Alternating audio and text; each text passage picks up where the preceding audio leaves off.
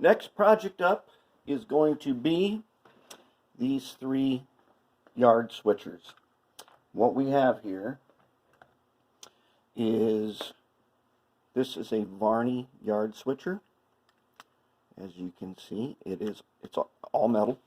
It is from the 1950s. I am estimating this is a 1955. It's one generation ahead of the 1955 model. And it does, if you look up the literature, it looks like it has the extra power truck. You could buy these where one truck was powered, or for $1 more, you could get the second one with this drive shaft in it. And it looks like that's what it has. And someone gave this to me. It was an old gauge modeler. They're like, who wants to work on it? And I said, well, I'll give her a shot. Then at a train show, I got this. This is the Athearn Calf SW1500. By looking at the axles, and just from what I can see right now, it looks like it's going to turn out to be a 1987 or later model. It's powered. And then at train show, picked up this. This is the AHM SW1. This would be a pre-1980, a 1976 to 1980 model, because it does not have on the front. If you have one that was made in the 80s, there was a guy here with a light bulb in his hand that came out right where that tab is. So this is a roughly the late 70s. 1976 to early 80s. I could not find this paint scheme in the usual places, so I'm guessing this is closer to the 80s. But before they put the guy on the front. Alright, so these all are basically straight off the junk pile, untested. Let's give them a try and see what we got here. Let's try the SW1 first. Now check this out. See that? So it's missing a side frame. We'll have to find one. And somebody has taped on a couple of toothpicks to hold the gears in place. Kind of interesting. So let's put them on the test track. See how it goes. For being 40 some years old, I think.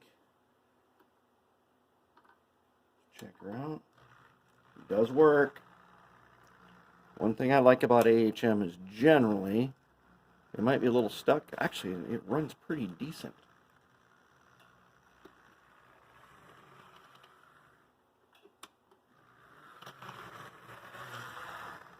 That ain't bad. Okay, let's try the Athearn. So this is the Athearn SW1500 in the catalog, and Athearn brought these out, and when they introduced these, they thought this was what the SW1500 would look like. So a lot of people say, oh no, it's actually an SW7. Well, they made it before they knew what it was exactly going to look like. So it may be an SW7, but we're going to call it the SW1500 because that's the way it's listed in the catalog. And this is the Calf. Alright, so she's a little stiff, but we do have power. Hear that grinding?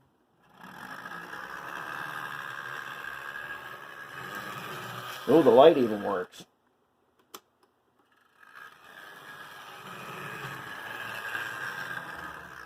I can tell you why it grinds like that and why people call these growlers.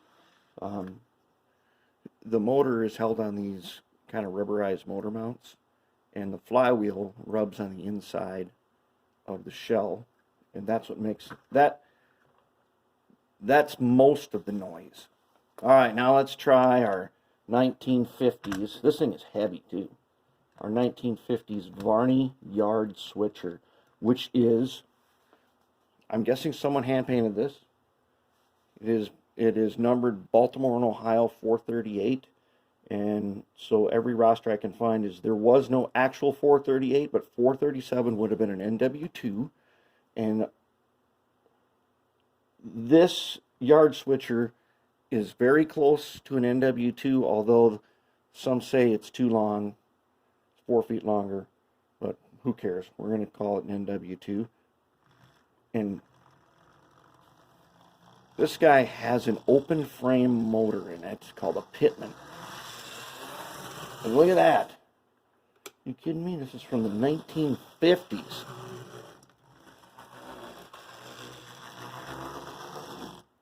And it works. So, we don't have a lot to do, but I'm going to go ahead and break all these down, and we're going to make them a matching set here. And we'll see what we can do with that. I'll go over the disassembly after I've got them broke down.